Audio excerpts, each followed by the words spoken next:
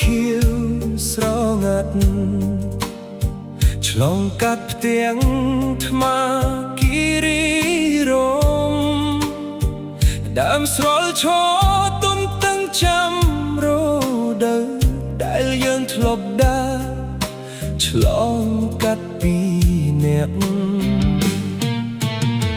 សូរទឹកធ្លាក់ហូររំលឹកអតីតកាលផ្សាយក្លិនផ្កាព្រៃក្រអូបវើយវើយទីនេះហើយជាសាក្សីនៃស្នេហ៍ដែលផ្ញើដួងចិត្តរាល់រាត្រីវឹកទីជើងឈានជន់លើគុំរាលស្លឹកស្រល់ក្រហ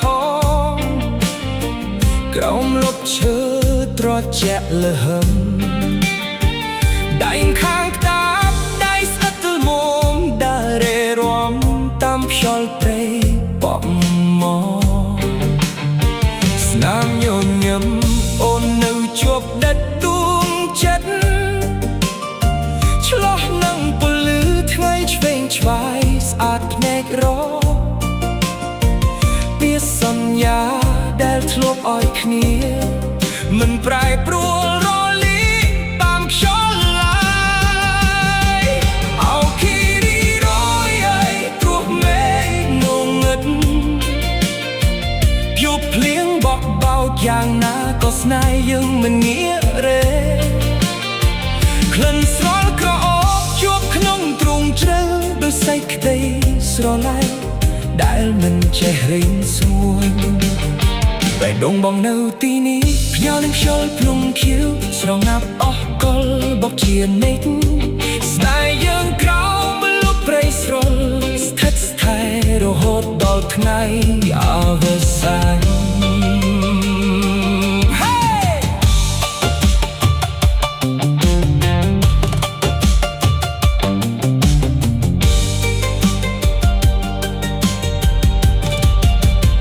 ពេលថ្ងៃរៀបអស្តងកត់លុបថ្ងៃលេខក្រោយក្នុងភ្នំវែងឆ្ងាយពន្លឺក្រហមក្រម៉ៅចេះលើកដីបឹងរលត់ទុនទុនរំលេចសោផាន់អូនអបស្មាបងទាំងអាឡ័យខ្សឹបត្រាប់ទៅស្កាយពេលត្រូវវិលត្រឡប់គិរីរំដោះសាយមានន័យអើយសូមជួយថែរក្សាស្នេហ៍យើងទាំងពីរផងអោគិរីរំអើយទោះមេឃងងឹតព្យុះភ្លៀងបក់បោកយ៉ាងណាក៏ស្នេហ៍យើងមិនងាករេក្លិនស្រង់ក្រអូបជាប់ក្នុងទ្រូងជ្រៅដោយសេចក្តីស្រឡាញ់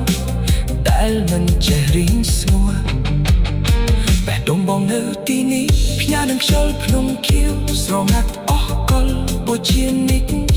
ស្នេហ៍យើងក្រោមលុបព្រៃស្រល់ស្ថិតស្ថេររហូតដល់ថ្ងៃអវសាន